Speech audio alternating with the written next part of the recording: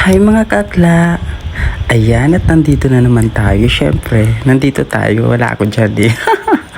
Grabe, mag-alas 4 na pala ng hapon. Napupuya talaga ako dahil maaga talaga ako nagigising dahil ngayon natin ko pa si Mr. sa pinapasukan. Kaya ayan, hinalugay ko nga muna yung buko dahil napakahaba na. Sana all mahaba. Kaya ayan. Siyempre, ano bang ginagawa natin pag bagong gising tayo? Siyempre, maghanap tayo ng kakainin natin. Ganon tayong mga dakila, syempre, diba? Kaya yan, tinignan ko na nga muna yung ref dahil naalala ko may natira pa pala kaming ulam paggabi, yung barbecue. Pag-isip-isip ko na nga lang na yun na nga lang yung ulamin ko, total hapon na naman. At iinitin ko na lang. Syempre, ambisyosa tayo kaya yan, dyan na lang natin iinitin dahil marami tayong pambayad ng ilaw. Magsayang tayo ng kuryente. Sana all maraming pambayad. Gutom na nga ako dyan mga akla kahit mainit yung iniinit ko. Ayan, hinawakan ko na nga. Para hindi naman magbukampor yung ulam natin. Ayan, nilagyan ko ng mga design. Nilagyan ko ng kamatis, pipino, syempre dagdag ano din yan.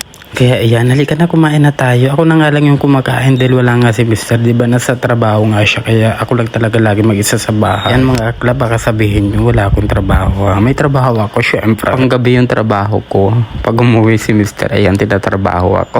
Sana all tinatrabaho. Kaya ayan, grabe, nakakagutom talaga mga kakla pag yung bagong gising ka. Buti na lang talaga nagtitira talaga ako ng uulamin ko dahil alam ko naman yung pag bagong gising ako nagugutom talaga ako, naghahanap talaga ako ng pagkain. Pero thanks God, kahit malakas ako kumain, hindi ako tumataba. Sana all hindi na mataba yung iba dyan, Diyos ko.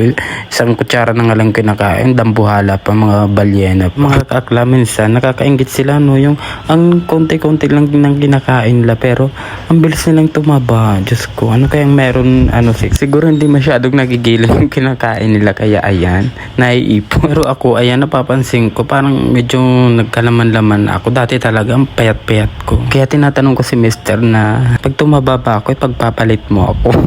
Pero alam mo, sabi niya, hindi.